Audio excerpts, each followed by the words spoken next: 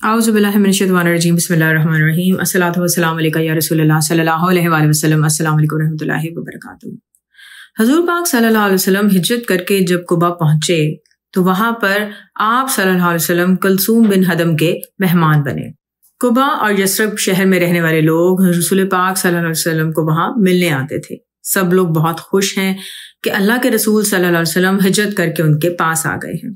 ان میں سے بہت سے لوگوں نے آپ صلی اللہ علیہ وسلم کو پہلی بار دیکھا ہے۔ یہ جب بھی رسول پاک صلی اللہ علیہ وسلم کو دیکھتے ہیں تو آپ صلی اللہ علیہ وسلم کی خوبصورت شخصیت میں کھو جاتے ہیں۔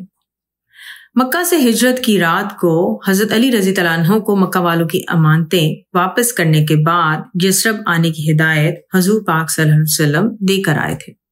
جب حضرت علی رضی اللہ عنہ نے تمام لوگوں کی امانتیں اگلے 3 دن میں واپس کر دیں تو اس کے بعد مکہ کے مرکزی مقام پر کھڑے ہو کر آپ رضی اللہ عنہ نے اعلان کیا کہ اگر محمد صلی اللہ علیہ وسلم کے ذمے کسی کی امانت بقایا ہو تو آ کر مجھ سے وصول کر لو۔ سب لوگوں کی طرف سے جواب آیا کہ ہمیں ہماری امانتیں مل چکی ہیں۔ اس کے بعد حضرت علی رضی اللہ عنہ مکہ سے پیدل چل کر قباء پہنچے۔ 10 دن پیدل چلنے کی وجہ سے حضرت علی رضی اللہ عنہ کے پاؤں سوج گئے، ان میں زخم آ گئے، آپ کے پاؤں سے خون بھی بہہ رہا تھا۔ رسول پاک صلی اللہ علیہ وسلم خود حضرت علی رضی اللہ عنہ کے پاس انہیں ملنے کے لیے آئے۔ آپ صلی اللہ علیہ وسلم نے حضرت علی رضی اللہ عنہ کو خوشی سے گلے لگایا اور حضرت علی رضی اللہ عنہ بھی رسول پاک صلی اللہ علیہ وسلم کے ساتھ کلثوم بن حدم کے گھر پر رکے۔ یثرب آنے کے بعد انصار میں سب سے پہلے وفات پانے والے صحابی کلثوم بن حدم ہیں۔ یہی وہ پہلے شخص ہیں جن کی نماز جنازہ رسول پاک صلی اللہ علیہ وسلم نے پڑھائی اور انہیں جنت البقیع میں دفن کیا گیا۔ کچھ تاریخ دان نے یہ بھی کہا ہے کہ یہ اسد بن زرارہ کا جنازہ تھا۔ یثرب شہر کا نام یثرب جو ہے وہ جن شخص کے نام پر پڑا تھا وہ حضرت نوح علیہ السلام کی اولاد میں سے تھے اور ان کی زبان بھی عربی تھی۔ یثرب کا شہر ایک اونچی وادی میں واقع ہے۔ اس کے شمال اور جنوب میں پہاڑ ہیں۔ گرمیوں میں زیادہ سے زیادہ درجہ حرارت 45 سینٹی گریڈ تک جاتا ہے اور سردیوں میں 10 سینٹی گریڈ۔ گرمی کا موسم زیادہ مہینوں پر مشتمل ہے۔ بارش دسمبر، جنوری، مارچ اور اپریل میں ہوتی ہے اور عرب کے دوسرے شہروں کی نسبت یہاں پر بارشیں زیادہ ہوتی ہیں۔ یثرب کی آب و ہوا میں اس وقت بیماری بھی پائی جاتی تھی۔ دوسرے شہروں سے جو لوگ یہاں آتے تھے انہیں اکثر بخار ہو جایا کرتا تھا اور اس کی وجہ تھی کہ یثرب کے ارد گرد بہت سے مچھر تھے۔ یثرب کے زیادہ تر کنوؤں کا پانی میٹھا تھا۔ یہاں کھجور کی بہت اعلیٰ اقسام پائی جاتی تھی جن کی پیداوار باقی کھجور کی اقسام جو مختلف علاقوں میں تھی ان سے بہت زیادہ تھی۔ کھجور کے باغوں میں انگور اور سبزیاں بھی اگائی جاتی تھیں۔ یہاں پر جو گندم اگتی تھی اسے دوسرے علاقوں کو ایکسپورٹ بھی کیا جاتا تھا۔ عورتیں کپڑا بنتی تھیں، کپڑا کاٹتی بھی تھیں۔ یثرب میں بیٹھنے کے لیے کرسی استعمال ہوتی تھی۔ یہاں بہت کم لوگ سونے کے لیے چارپائی یا بیڈ استعمال کرتے تھے اور زیادہ تر زمین پر ہی بستر بچھاتے تھے۔ سیاسی اعتبار سے یثرب ایک قبائلی معاشرہ تھا۔ کوئی مرکزی حکومت یا مرکزی نظام نہیں تھا۔ شہر کی حفاظت کا کوئی نظام بھی نہیں تھا۔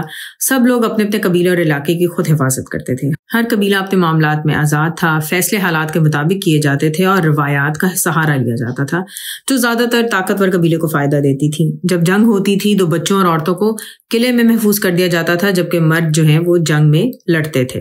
یثرب میں خون بہا طے کرنے کا اختیار جو ہے وہ ایک اشنک نام کے آدمی کے پاس تھا۔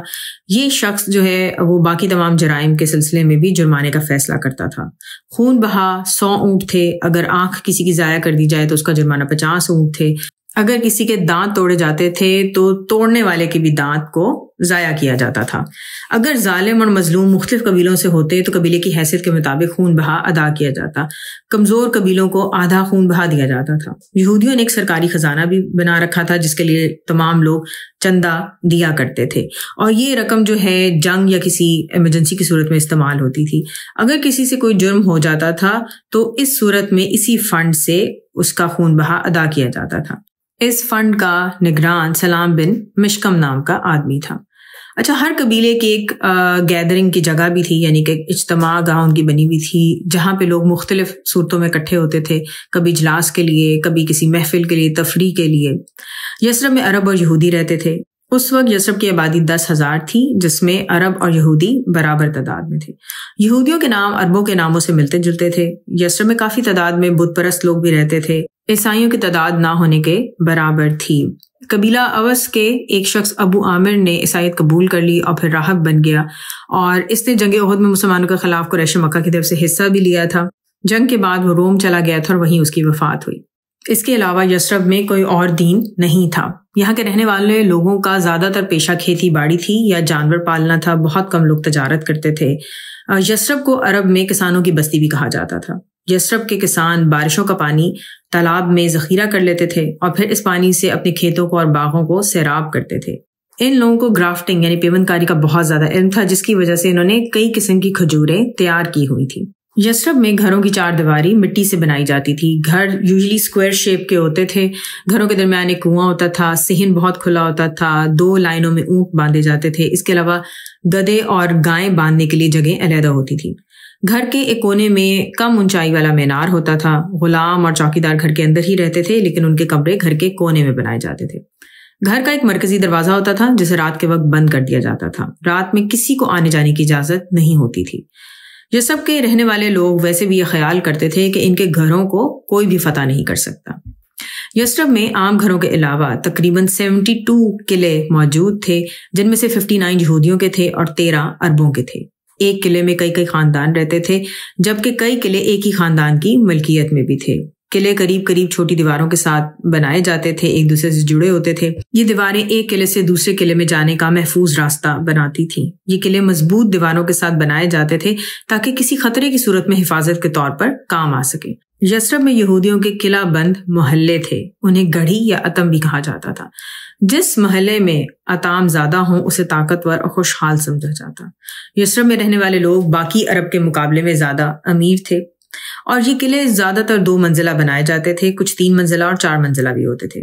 قلعوں کی نچلی جو منزل ہوتی تھی اسے لاوا کے کالے پتھروں سے بنایا جاتا تھا تاکہ دشمن انہیں آگ نہ لگا سکے، اور لاوا کے کالے پتھر یثرب میں بڑی آسانی سے مل جاتے تھے۔ یثرب کے کچھ گھروں کے ساتھ باغ بھی ہیں، اور ان باغوں کے گرد 4 دیواری بھی بنائی جاتی تھی۔